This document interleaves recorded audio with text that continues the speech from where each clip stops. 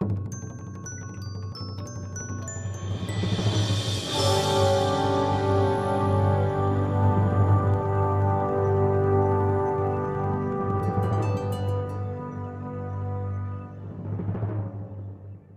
I'll begin with the definition of mindfulness. This is from the book I wrote with Linda Carlson. Mindfulness is the awareness that arises out of intentionally paying attention in an open, kind, and discerning way. Next slide. So when I was first learning meditation, I decided to go to Thailand and study at a monastery there. And I didn't know very much about meditation, and I didn't speak any Thai.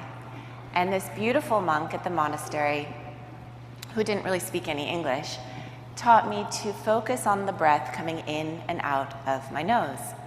It sounded relatively simple, so I sat down to practice 16 to 18 hours a day, every day in silence. And what I noticed is that it was hard. It was really hard. And I started getting more and more frustrated, like, why can't I do this? And I started trying harder, striving. I became really judgmental towards myself, like, what's wrong with you? And meditation just isn't for you. You're a terrible meditator, and maybe you're just not spiritual enough, or you're not trying hard enough. And by about day 4, I was just a huge ball of knots and anxiety and frustration. And a monk from London flew in, and I said, can I please talk to someone who speaks English? So I went to my interview with him, and he said, how's it going? And I, hadn't spoken in 4 days, so it kind of all vomited on him. Said, I'm terrible at this, something's wrong with me. I look at all these other people, and they're sitting there so perfectly, and something's wrong with me. And he looked at me with a lot of compassion and also a little bit of humor. And he said, sweetheart, you're not practicing mindfulness. You're practicing frustration and striving and anger. Next slide. He said, what we practice becomes stronger. Right? We know this now with neuroplasticity. What we practice becomes stronger. Our repeated experiences shape our brain.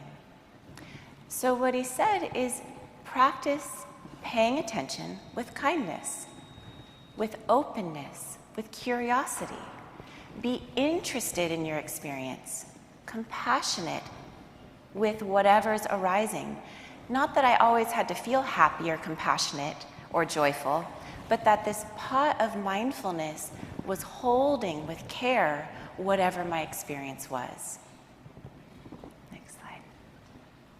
So as I said, these words, what we practice becomes stronger. These 5 words really became important in my life, and it's incredible to see it play out in the science, but this is something that these traditions have known for thousands of years. And so when I came back to the States to get my PhD, I became really interested in, does training in mindfulness increase compassion? And so the very first randomized controlled trial I did was in 1998. And Dakkar's correct. I was told, you're going to ruin your career. You will never go into academia if you're going to study this meditation stuff. And if you do, at least don't study compassion and empathy along with it. So, of course, that's what I decided to do. And I did a randomized controlled trial with medical students.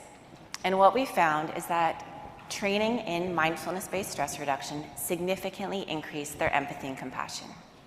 Since that time, for the past 15 years, I've conducted 6 or 7 other randomized controlled trials that have been published showing that mindfulness significantly increases compassion for others as well as compassion for ourselves. Next slide. So this is very interesting, which is the first order question, which is, does mindfulness increase compassion? And right now we can say yes. There's a strong foundation. And so the second order question, which I've become really interested in, is how? What are the mechanisms of action? So I'm going to offer these to you just as a way of opening a conversation. These are ideas that I've been exploring and playing with. So I'll introduce 4 ideas. The first is perfect. No, you're perfect. One more. Back to the superhighway. Yes. What we practice becomes stronger. I think the reason mindfulness increases compassion is because when you're practicing this way with yourself, moment by moment, right? We're with ourselves all the time. We strengthen the capacity to be compassionate with ourselves and with others. And I like to think of it as kind of, we have these superhighways of our conditioned patterning. And so what I noticed for myself at the monastery was my superhighway, my habit pattern was judgment and self-criticism and striving and thinking something was wrong. And so I had this image of this kind of like little country road that I was digging out of compassion, of like a new way of being with myself and being with my experience. And that country road, that neural pathway gets stronger as we practice it. Next slide. Another reason I think mindfulness increases compassion is actually very similar to what Paul was just talking about with safety and slowing down. That there was the classic study, the Good Samaritan study done at Princeton University in the 70s. And what they found is they took seminary students and they said, prepare a lecture on what it means to be a good person. What does it mean to be a good Samaritan? And then half the group, they said, you better hurry because you're late to give this lecture. And these students went running across campus, afraid, scared, and they had a Confederate fall down in front of them. And the students, for the most part, ran by. They didn't stop to help. The other half of the students were told, you have all the time you need. Go ahead to give your lecture. And the same person fell in front of them, and for the most part, they stopped. What I love about this study is it doesn't say, oh, we're such bad people. What it says is that when we're scared, when we're hurried, when we're not seeing clearly, our natural compassion doesn't come out. And so I think what mindfulness does is it helps us slow down, see more clearly, feel safe, so that we can express this natural compassion. The third way that I think mindfulness increases compassion is by helping us see our interdependence, our interconnectedness. John spoke about Indra's net, this understanding that we're not separate. And so I love this kind of metaphor of imagining that the left hand had a splinter in it. The right hand would naturally take the splinter out. And the left hand wouldn't say, oh my God, you're so generous. You're so compassionate. Thank you so much. It's just what the right hand does, right? We're part of the same body. We're part of the same body. Okay. Spinoza, who was my grandfather's favorite philosopher, he says, we're all cells in God's body.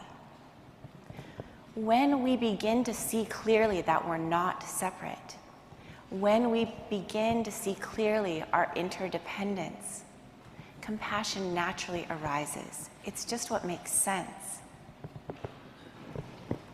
Okay, are you still breathing? I just remembered mine. Next slide. A final pathway, I think, for mindfulness to increase compassion is that it helps us remember our essential nature. When I was first working as a clinical psychologist in a veterans hospital, I was leading a group of mindfulness training for veterans with post-traumatic stress disorder. And these were mostly men who had come back from Vietnam and who had been suffering for a very long time with post-traumatic stress disorder. And the group focused on training in mindfulness, really with an emphasis on holding ourselves and our experiences and our past experiences, even the seemingly unforgivable ones, with compassion. So I was leading a group of about a dozen men, and there was one man who never spoke, never looked up, and we were about 3 months into this group, and I remember saying to my clinical supervisor, I don't know what to do. I'm not reaching him.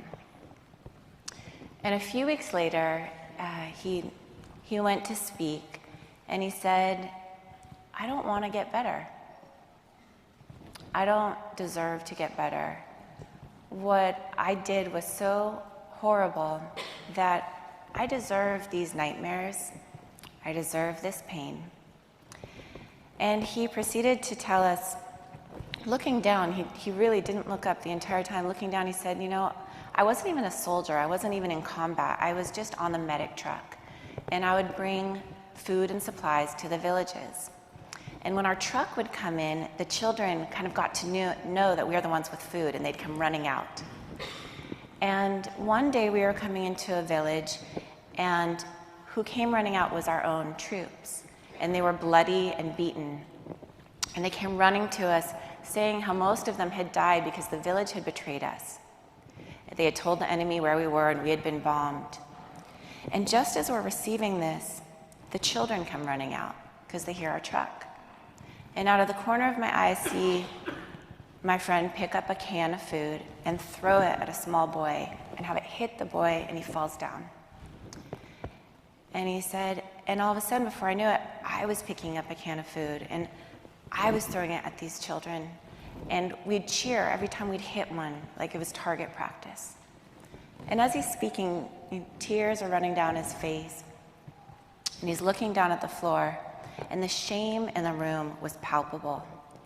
And I looked at the other men's faces, a little bit nervous about what I was going to see. And all I saw was compassion. There was no judgment. They got it. They knew. They understood. They saw the horror of what had happened, and they also saw who he truly was. And I invited him to look up and to look around the room and to experience that compassion that was possible. Next slide. Some years later, a patient of mine gave me this poem, and I wish I had had it at the time to read. It's from Galway Canal. He says, "The bud stands for all things, even those things that do not flower, for everything flowers from within of self-blessing. Though sometimes it is necessary to re-teach a thing its loveliness, to put a hand on the brow of the flower and re-teach it in words and in touch, that it is lovely, until it flowers again from within of self-blessing." To re-teach a thing its loveliness. And I believe that's what we're doing with mindfulness, is that we're holding ourselves, our experience, and each other with this compassionate presence. John brought up before the symbol for mindfulness, where this top character means presence, right, the hat, and the bottom character can be translated as heart. So mindfulness really can be understood as presence of heart. I'm going to end with a teaching from Jack Kornfield. If you can sit quietly after difficult news, if in financially downturns you remain perfectly calm, if you see your neighbors travel to favorite places without a tinge of jealousy, if you can happily eat whatever is put on your plate and love everyone around you unconditionally, if you can always find contentment just where you are probably a dog. Next slide. So, I want to thank you for your kind attention. Thank you.